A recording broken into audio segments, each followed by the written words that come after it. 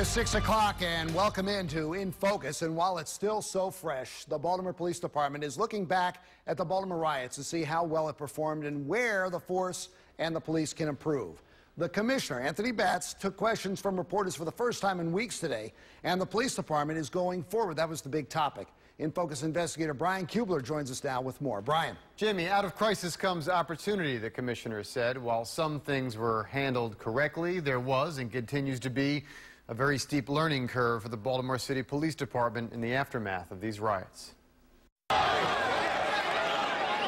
night the protests turned ugly, April 25th, the police commissioner said it wasn't that they were caught by surprise, rather it may have been inexperience.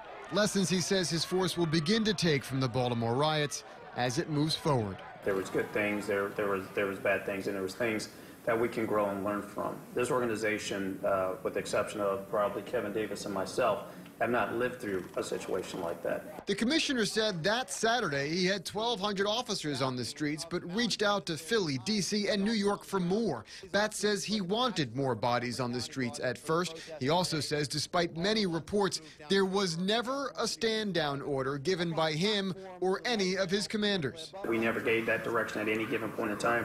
I think what probably really did happen is because you had some inexperienced people in some of those positions, they just hesitated for a second because they were figuring out how to get the job done. But in all, 168 officers were injured during that unrest. Bottles and bricks and even an attempt at a crude explosive device were used on police that week. Officers lost teeth, suffered serious bruises, and plenty of broken bones. While police say many of them are back on the job now, the commissioner admitted there is a morale issue with some.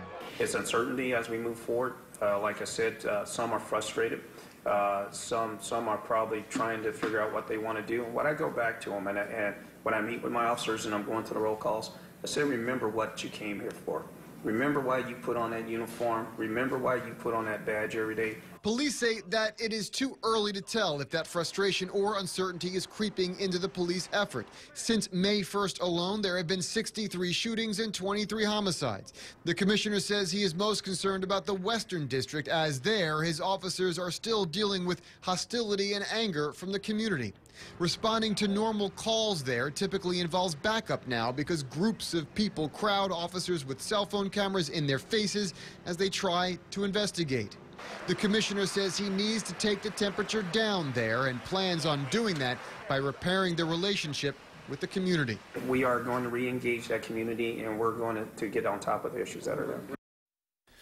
And that means changes for the Western District. The commissioner is shuffling around leadership by reassigning some command staff who have worked in the Western before and continue to have good relationships with the community there.